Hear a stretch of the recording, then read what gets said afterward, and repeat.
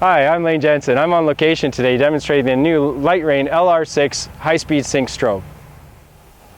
It has a self-contained lithium battery pack. High-speed sync is really easy to set up. 2 easy steps, turn it on. Button 1, hold her down, small H1, ready to go. And then you can turn the power up or down. Today I'm going to use an aperture of f2.8 at ISO 100, and I'm going to use shutter speed at 1/8,000th of a second to knock down the sun. This first shot, showing how we used high-speed sync at 1/8,000th of a second at f2.8 ISO 100 in midday sun, illustrates how we can use a wide-open aperture to photograph a razor-sharp image, freezing the action of the football, Steve Edgerton's hand, and all the details in his face, while knocking down the sun. Zooming in a bit, even at f2.8, you can see how at 1/8,000th of a second we were able to freeze the football and Steve's hand. Zooming in on the photo on Steve's face, now you can see by being able to use a large strip softbox and 1/8,000th of a second, we were able to capture all the details in Steve's face but not use a specular or hard light source. The other nice effect it's having is if you look in the detail in the background, by using a wide open aperture, we were able to soften the background by throwing it out of focus. Okay, so here we are at 1:30 in the afternoon again. We've switched from the LR6 self-contained battery strobe to the LR 1200 watt strobe. And in order to use sync speed, we're going to have to use an f-stop or an aperture of 16 1/3 at ISO 100. And now we can only use 1/250th of a second. So we're going to show you what happens trying to pump out this much power, but only being able to use 1/250th of a second. So this shot was taken at f16.3 in order to counter the daylight at ISO 100 of a sync speed of 1/250th of a second. And now you can see that the background, because of the tight aperture or the 16.3 aperture, is all sharp, as well as the foreground and myself. The problem being is now you can start to see at 1/250th of a second or sync speed, now the football and my hand are out of focus and or have motion blur really.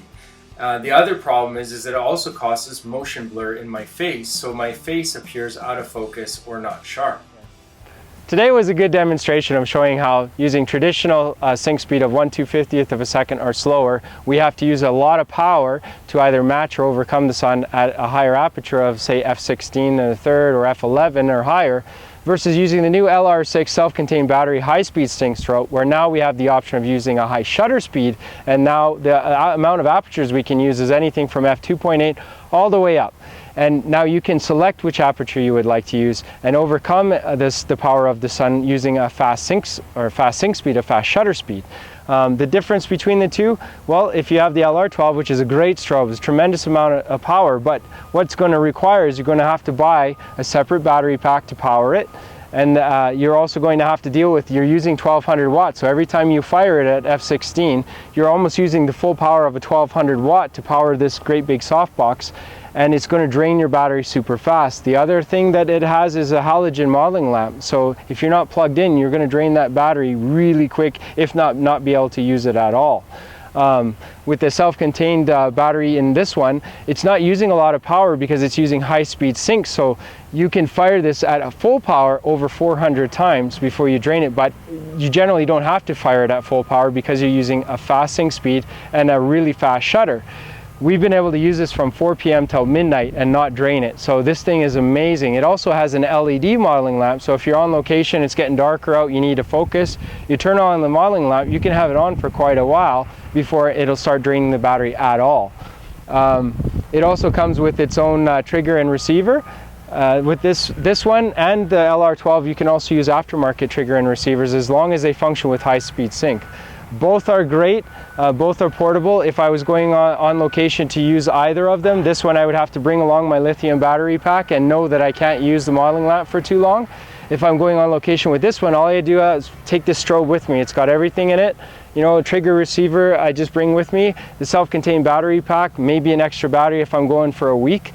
But I know that I can deal with any situation or any aperture that I want with this one, and I can power the same size softbox no problem. So I think they're both great strobes. Disadvantage is this one, if I'm using action or sports or anything that's moving, say a ballet dancer jumping up in the air, this one's too slow at sync speed. At 1/250th of a second or less, it's too slow. Whereas if this one, I can go to 1/8000th of a second and make everything razor sharp and catch very, very quick action with it. So that's the only downside to using the LR12 between the two, and then the other is expense. Now I'm going to have to buy a 1200 watt strobe, a battery pack, and probably a neutral density filter if I want to bring it down to f5.6 or f4. Whereas this one, I can go down to f2.8. I don't need an ND filter.